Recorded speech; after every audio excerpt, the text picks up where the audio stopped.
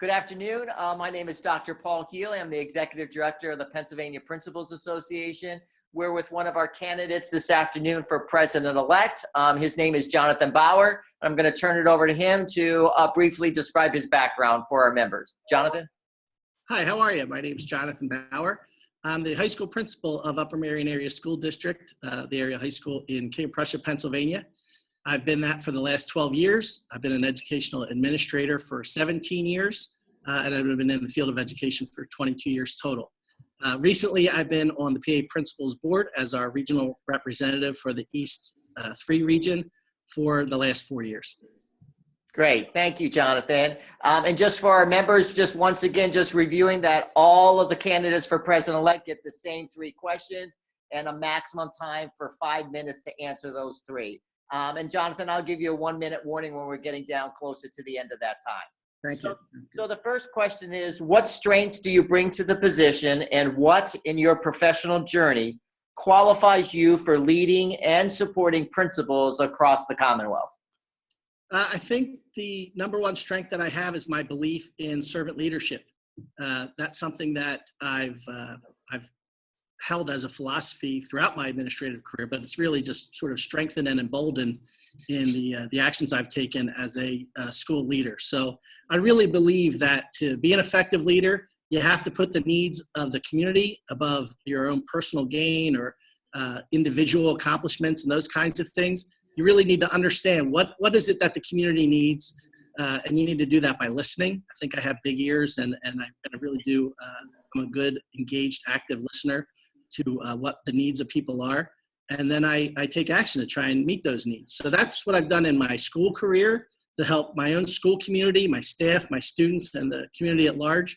And I take that same approach to PA principals. I want to hear from our constituents, our principals across the state, and really get down to, so what are their needs? And not just what I think their needs are or what my needs are as being part of the board, but what are the needs of the greater principals across our state? And then working with the board and other principals across the state, how do we meet those needs? So I think I have sort of a track record of that, and I have a deep belief in it that servant leadership comes before ego in every matter if you're going to be a successful leader. Hey, thank you. Our second question is, what is at least one change you see on the horizon for public education in the next 4 years, and how would that translate into support needed for Pennsylvania principals? I think one of the major changes is the breakdown of our traditional classroom walls. I certainly have seen that over time. I work in a high school where we've been a 1-to-1 school for the last 7 years. That felt very transformative when we first got involved in that. We were the first school in our county and among the leaders in the state with that. But, you know, that's really changed everything for all schools, whether you're a 1-to-1 school or not, in terms of the access that we have to classroom environments and knowledge and teaching around the world, and what's that done to our classrooms. And if you're an educational leader in today's environment and you're not keeping ahead of those innovative, disruptive technologies, then you can't do your job effectively. So I think we need to help PA principals be ahead of the curve in terms of things that are coming down the pike that are changing the actual physical structure of what it means to learn in a school, in a classroom. Okay. And our final question. Many principals belong to our association, but do not fully participate all the time, such as like regional meetings and our conferences. What ideas would you have to increase participation in these important opportunities that we offer?